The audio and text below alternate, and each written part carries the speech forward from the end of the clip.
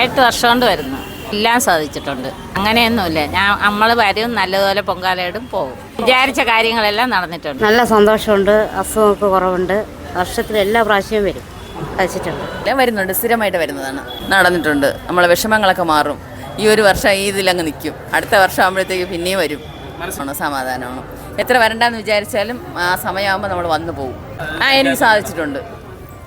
ഇപ്പം അമ്മ കൂടെ വന്നതുകൊണ്ട് അങ്ങോട്ട് പോകാൻ പറ്റാത്തതുകൊണ്ടാണ് ഇവിടെ ഇരിക്കുന്നത്. അല്ലെങ്കിൽ ഞാൻ അങ്ങോട്ടാണ് പോകുന്നത്. 10-20 വർഷം വരെ പൊങ്കാലയിടാൻ പറ്റും. ഇതുവരെയ്ക്കും കുഴപ്പമൊന്നുമില്ല. ദൈവം നല്ലതാക്കി തന്നിട്ടേ ഉള്ളൂ. പ്രത്യേകിച്ച് കാരണമൊന്നുമില്ല. വന്ന് അമ്മേരെ നടയും പൊങ്കാല ഇടണമെന്നുള്ളൊരു ആഗ്രഹം മാത്രമേ ഉള്ളൂ. എല്ലാ വർഷവും വരണം, ഒന്ന് പൊങ്കാല ഇടാനുള്ള ഭാഗ്യം കിട്ടണമെന്നുള്ളതേ ഉള്ളൂ. 10 വർഷമാകും. മക്കളെല്ലാം നല്ല നിലയിലായി, നല്ല ജീവിതമായി, അങ്ങനെ പോകുന്നു. 10-20 വർഷമായിട്ട് വരികയാണ്. കുഞ്ഞുനാൾ മുതലേ അമ്മയോടൊപ്പം വരുമായിരുന്നു. അതിനുശേഷം ഇപ്പം അമ്മ ഏജ്ഡ് ആയപ്പോൾ പിന്നെ നമ്മൾ സെപ്പറേറ്റ് ആയിട്ട് ഫാമിലിയൊക്കെ ആയപ്പോൾ പിന്നെ സെപ്പറേറ്റ് ആയിട്ട് വന്നു ചെയ്യും. എല്ലാ ആഗ്രഹവും നടക്കും. തടസ്സമുള്ള കാര്യങ്ങൾ നമ്മൾ ദേവിയെടുത്ത് വന്ന് പറയുമ്പോൾ നമുക്ക് മാറിക്കിട്ടും.